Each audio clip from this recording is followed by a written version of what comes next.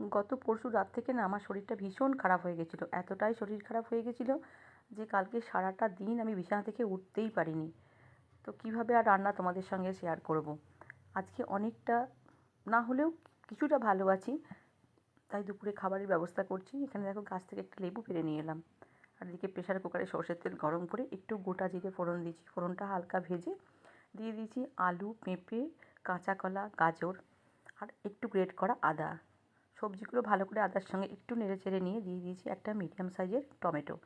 Tomato দিয়েছি, প্রয়োজন মতো নুন আর হলুদ দিয়ে ভালো করে মিশিয়ে নিয়ে যেরকম ঝোল রাখবো সেরকম জল দিয়ে দিয়েছি। প্রেসার কুকারের ঢাকনাটা আটকে দিয়ে 3টে সিটি দিলেই কিন্তু এই ঝোলটা তৈরি হয়ে যায়। প্রেসার কুকারে সিটি উঠতে উঠতে এদিকে দেখো আমি ভাতটাও বসিয়ে দিলাম।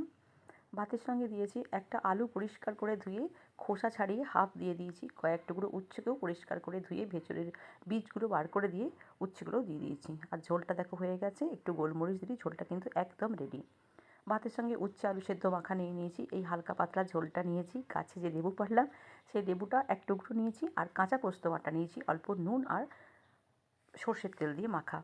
আর ফ্যামিলির অন্য মেম্বারদের জন্য একটু ডিমের অমলেট ভেজে দিয়েছিলাম।